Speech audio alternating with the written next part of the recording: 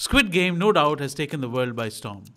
It pushed all the other shows down to undoubtedly secure a top spot as the most watched series on Netflix in 2021. At the first glance, there was a lot of mystery around this, and the trailer was very intriguing. This led me to research more, and I stumbled upon many interesting facts about the maker and the series in itself. By now, these may not be unknown facts, but nevertheless, it is fascinating to relook at these interesting facts. Meet Hong Dong-hook, the maker of this series called Squid Game. The name was inspired by a children's game.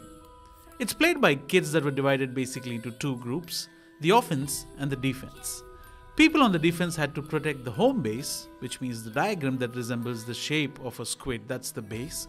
Until the attackers cross the waist of the diagram, they're supposed to hop on one foot, after which they're allowed to use both the feet to cross the structure or the diagram. The ultimate winner is decided when the attackers tap a tiny block at the head of the squid. The maker quoted that Squid Game was the most physically aggressive childhood game that he had played in the neighborhood as a kid, which is why he also loved it the most. In a way, it's the most symbolic game that reflects today's competitive society, so I picked it out as the show's title. Now this got me interested. How does it reflect the society's state today? What does the maker want to say? After the research, I couldn't disagree with him. Here is why.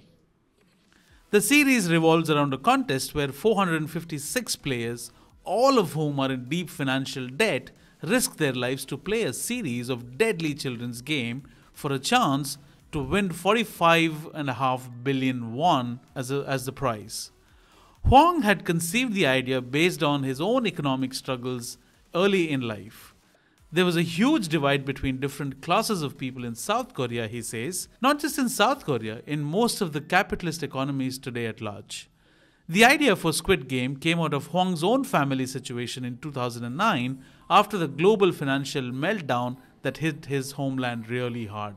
He quoted, "I was very financially strained because my mother retired from the company she was working for. There was a film I was working on, but we failed to get the finance. So I couldn't work for about a year. We had to take out loans, my mother, myself, and my grandmother. I wanted to create something that would resonate not just for Korean people, but globally. This was my dream," he says. In the struggle of life and death, social norms are torn away and the contestants are trapped in a war of all against all, in which human life is nasty, brutish, and short. We're all living in a Squid Game world today, he says. You may find it interesting that although this is released in 2021, the script was written in 2009 and Hwang was unable to find resources or people to fund the idea until Netflix came around in 2019. Released in September 2021, it went on to break all records and happens to be one of the most top-viewed series across the globe, not just in South Korea. Squid Game was originally created as a feature film. The maker wrote and directed major hit movies like Silenced and The Fortress. He was also a screenwriter and director for Miss Granny. Squid Game was originally meant to be a full-length feature film, but the maker decided to make it a series and he worked on further and made it into a full-length series. The soldiers' masks are meant to replicate an ant colony. The workers at Squid Game are meant to seem like a colony with faceless names and workers who have certain designated tasks. It's only given that people would make comparisons to this group to that of an ant colony. If you observe, there are three different distinct images that you see, shapes that you see on the soldiers' face masks. They represent three different classes of the economy or the society. The doll in the game is a real creation. The eerie looking doll from the first episode of the show is real and it can be visited in the Jincheon County, which is near the north of Seoul. It was borrowed by the makers for the shoot.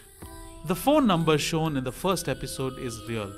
If you have watched the first episode of Squid Game, you must have seen contestants participate in a game by calling a number on the mysterious looking business cards. Did you know that the number actually belongs to somebody, and when you dial it as a local call, the country code gets appended to it, and the man who said to have owned the number had received about 4,000 calls a day. One of the challenges shown in the show is now a TikTok trend.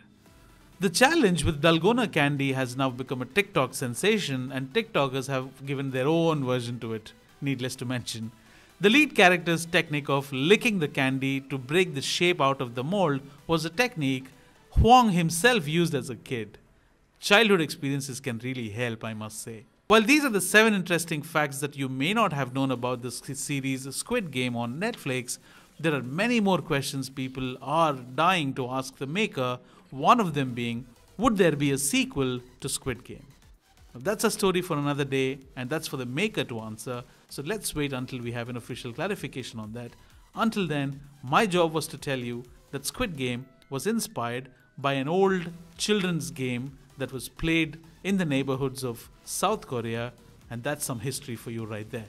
Thank you so much. My name is Casey. We'll see you again with another interesting video. Until then, ciao.